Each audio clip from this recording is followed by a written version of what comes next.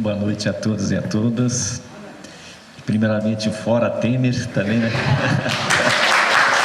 Nós começamos o nosso evento demarcando o campo político da nossa reflexão, que eu acho que isso é bastante importante. Queria agradecer muito o convite. O professor Pará já é nosso parceiro em outras empreitadas, especialmente na discussão sobre o trabalho, numa perspectiva sempre de crítica à forma como o trabalho é organizado e buscando encontrar também alternativas no sentido de preservar a condição de vida de quem precisa vender sua força de trabalho. Então, obviamente, eu sou economista, mas tenho muito mais esse lado social do trabalho como ponto mais importante da minha pesquisa, e vou destacar isso também na minha fala. Eu sei que hoje é um tema um pouco mais árido, né? Falar de economia nem sempre é muito fácil, apesar de que economia também virou um tema como o futebol, né? Todo mundo se acha que é técnico e contra suas próprias alternativas para enfrentar os problemas econômicos existentes. Tá? Então, a fala ela tem muito... vai ter em alguns aspectos, espero, sempre compreensivo. Vou tentar não fazer uma fala tão técnica, fazer uma fala mais geral, para entender o que está entendendo, entender o que está acontecendo. Tá? A primeira coisa que eu queria destacar, um pouco na nossa fala, para entender a discussão econômica, não dá para localizar a economia no mundo fechado em torno dela, como área de conhecimento. A economia é uma ciência social. E não dá para compreender os fenômenos da área de economia simplesmente olhando qual é o comportamento dos indicadores econômicos. Mas os indicadores econômicos fazem parte de uma realidade dada. Fazem parte do contexto mais geral de outras transformações que estão acontecendo na sociedade. Então, a economia não é uma ciência exata. A economia não é dizendo, se fazer isso, dá esse resultado. Para enfrentar a inflação, vamos elevar a taxa de juros. Que foi uma política muito predominante nos últimos tempos. Não, nem sempre o resultado é o esperado. Por quê? Porque tem um comportamento dos indivíduos, tem um comportamento dos agentes econômicos, e esse comportamento é imprevisível, é marcado pela incerteza. Tá? Nós vimos aqui em vários momentos que se criou condições para, achando que poderia promover um processo de investimento aqui já fazendo parênteses, é a variável fundamental do ponto de vista da economia, para mostrar que tem sustentabilidade. Você dá todos os incentivos para ver se esse investimento cresce, e não cresce, porque tem uma série de outros fatores que interferem na economia. Então, a economia ela não é uma ciência exata, e é um campo de disputa na sociedade. Quais são as alternativas que você vai encontrar para enfrentar certos problemas? As alternativas são disputadas na sociedade. Então, ou seja, vamos colocar a economia nesse campo. Então, por isso que também, talvez, aí muitas pessoas se acham que tem condições de discutir a questão da economia. Até porque uma das questões fundamentais colocadas no período recente é de que existe uma série de alternativas. Fazendo isso, se resolve o problema econômico.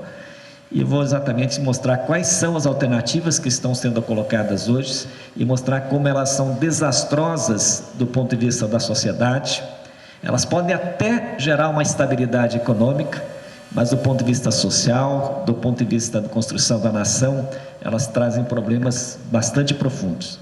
Inclusive, esse é o meu ponto central um pouco da nossa conversa de hoje. Então, a primeira coisa que eu queria destacar nesse aspecto, para entender a economia brasileira, nós temos que entender que ela faz parte de um contexto mais geral, articulado, ou seja, que tem a ver com a forma como a economia é organizada internacionalmente. Eu sei que isso é uma questão muito complicada, mas para a gente poder entender isso, eu vou citar um caso aqui só para olhar a transformação. Se passa o seguinte, vou citar só esse gráfico aqui, tá? Para indicar isso. O que diz esse gráfico? Esse gráfico aqui, talvez não dê para enxergar direito. Aqui, o que diz esse gráfico? Esse gráfico aqui, a linha azul escura é a produtividade, e a linha azul clara é o comportamento dos salários, né? Com isso que quero já mostrar a atenção. durante um certo período histórico, durante um certo período histórico, melhorou aqui o foco, né? Durante um certo período histórico, você tem os salários e o desempenho da produtividade. O que é produtividade? Produtividade também é um conceito bastante complicado, mas o conceito básico de produtividade utilizado aqui é o seguinte: é a quantidade de bens que você consegue produzir por número de pessoas, trabalhadores, tá? Ou seja, o que é durante o período? E no capitalismo sempre você tem ganhos de produtividade. A introdução das novas tecnologias, você melhorar o processo de produção, né, de bens, isso proporciona ganhos de produtividade. Então, do ponto de vista histórico, o que aconteceu? Entre os anos do pós-guerra, aqui começa 45, até os anos 70, mais ou menos essas duas linhas dos ganhos de produtividade os ganhos de produtividade e dos salários, as duas variáveis caminharam juntas, tá? Caminharam juntas. O que isso significa? Que você conseguiu constituir uma ordem econômica influenciada pela ordem política, fazendo com que aquilo que a sociedade ganhava do ponto de vista de ampliar sua capacidade de produção de riqueza se revertesse também para quem trabalhava. Então, os seus salários foram subindo em termos reais, acompanhando a produtividade. Ao fazer isso não gera inflação, né? Não gera inflação, ou gera muito pouca inflação, não é causa de inflação. Ou seja, mas esse processo é uma construção política, não foi uma fórmula econômica gerada. Não, é verdade que depois, com esse processo, se criaram teorias para explicar esse movimento. E um dos principais autores econômicos chama-se Keynes, que ele mostrava o seguinte, que a economia, por si só, se deixar ela agir no âmbito do mercado, essa economia tende a gerar instabilidade. Só é possível um período de maior estabilidade, de previsibilidade, se tiver uma ação coordenada do Estado. Tá? Mas isso é contra o liberalismo, que o liberalismo acha que a sociedade tem que se organizar, a sociedade é a partir do mercado autorregulado. Tá? Então, essa previsão desse momento proporcionou o que a gente chamava um círculo virtuoso. Se aumentou a renda das pessoas aqui progressivamente, ampliou seu poder de compra, ao ampliar seu poder de compra, ampliou o emprego, e uma parte importante desse ganho de produtividade também foi repassado por Estado, e ao repassar isso para o Estado pôde estruturar serviços públicos de saúde e educação. Saúde e educação são setores que empregam muita gente, né, e, portanto, criaram muito emprego, porque mesmo no setor industrial, nesse período, sempre o setor da indústria, por si só, ela vai ampliando a capacidade de produção com menos gente. Então, sobra gente na produção direta de bens, tanto na agricultura como na indústria, aonde que as pessoas foram realocadas? Nos serviços, e uma parte importante nos serviços públicos. Isso foi gerado pela renda criada. Tá? Então, se criou um círculo virtuoso. Ao vocês estruturar os serviços públicos, as pessoas começaram a ter uma renda indireta importante. Além dos salários, a sua renda indireta cresceu fortemente. Então, não precisava mais comprar saúde, não precisava comprar mais educação, a moradia começou a ser subsidiada. Tá? Então, uma série, vamos chamar de aspectos que são importantes na vida, começaram a ser oferecidos para o Estado de forma universal, em boa parte dos países mais desenvolvidos, especialmente na Europa. Tá? Então, o que eu quero chamar a atenção? Isso criou uma dinâmica econômica de forte crescimento. Tá? Mas essa dinâmica não foi uma simples fórmula encontrada pelos economistas, ela foi resultante de uma certa luta política. Tá? Por isso que nós queremos politizar a economia. Estou falando isso exatamente para isso. A partir dos anos 70, quando você tem a crise nos países centrais, você tem uma inflexão na forma como se organiza a economia. E isso é importante para entender as questões atuais. Uma inflexão. Essa inflexão aqui é também uma disputa política. Os rumos que a economia adquiriu naquele momento histórico, ela foi definida no âmbito da política. Tem um pensador importante, que não é economista, mas é sociólogo, P.R. Anderson, ele diz o seguinte: para poder constituir essa nova ordem, precisou, inclusive, precisou que a inflação aparecesse, o desemprego aparecesse. Com o desemprego e a inflação aparecendo, criou bases políticas para o surgimento de alternativas mais liberais. Então, precisou atacar o Estado, precisou atacar os sindicatos, que eram órgãos que tinham capacidade de regulação da atividade econômica. Estou me estendendo mais do que eu queria nesse ponto, mas espero ser didático, no sentido de entender o que eu quero chamar a atenção, para a gente chegar no Brasil, que é mais importante. Então, nos anos 70, você tem uma mudança na ordem política, perde dinamismo àquela ordem anterior, e como alternativa àquela ordem anterior, começam a aparecer as teses que vão ganhar forças, que nós conhecemos como neoliberais. E o neoliberalismo aqui, o que tem diferente do liberalismo? Aqui também não estou no campo da economia, estou no campo das outras ciências sociais. O neoliberalismo, a diferença em relação ao liberalismo fundamental é que no neoliberalismo o Estado é o promotor de um processo de reintrodução dos mecanismos de concorrência, ou seja, de fortalecimento do mercado. No liberalismo clássico, a ideia é do mercado autorregulado, a partir dos indivíduos. Mas, com a economia cresceu, criou grandes grupos econômicos. No neoliberalismo, o indutor da concorrência é o Estado. Então, foi a Margaret Thatcher que desarticulou uma série de políticas importantes para introduzir mecanismos de concorrência nas sociedades. Esse processo aconteceu junto com outro fenômeno, que o mundo das finanças começou a adquirir um voo próprio. Começou a descolar da produção direta de bens. O dinheiro que começou a sobrar, os estados que precisaram começar a se endividar ao aparecer os problemas sociais, criou um mundo das finanças, um mundo financeiro. Então, a financiarização foi se tornando a base a partir do qual se organiza a atividade econômica. Ou seja, ela é referência.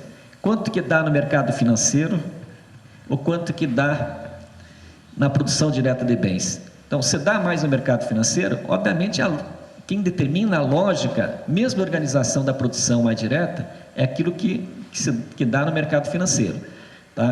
Então, isso que a gente chama de processo de financiarização, de especulação do dinheiro. Ao mesmo tempo, a financiarização permitiu a constituição de grandes grupos econômicos, e num contexto de pressão sobre os estados nacionais de liberalização da economia, possibilitou que a produção acontecesse de forma mais internacionalizada. Então, se desloca uma série de produção de bens para países que têm baixos custos. Então, você tem uma concorrência para atrair empresas que fabricam bens, o setor metalúrgico aqui é fortemente atingido, e essa concorrência vai se dar no sentido de estabelecer empresas onde tem custos mais baixos. E, por outro lado, você tem uma outra concorrência, que é num outro nível, pela marca dos grandes produtos. Então, o computador, Apple, ao mesmo tempo que o custo de produção fabricado na China, na Foxconn, que utiliza trabalho semi-escravo, as pessoas trabalham 12, 14 horas por dia, e o índice de acidentes e de suicídios é extremamente elevado, o índice de suicídio é tão elevado que eles começaram a botar fábricas de proteção, tela de proteção nas janelas, porque as pessoas estavam se atirando do prédio para baixo. Então, resolveram o problema botando tela, ou seja, dificultando isso. Então, a Foxconn, que produz o computador, o celular, ganha $12. O preço em dólares no mundo é $500. Então, você tem uma concorrência que é baixo custo para quem produz, e uma outra concorrência em alto nível de quem de quem vende e quem fabrica o produto, quem tem controle sobre esse produto.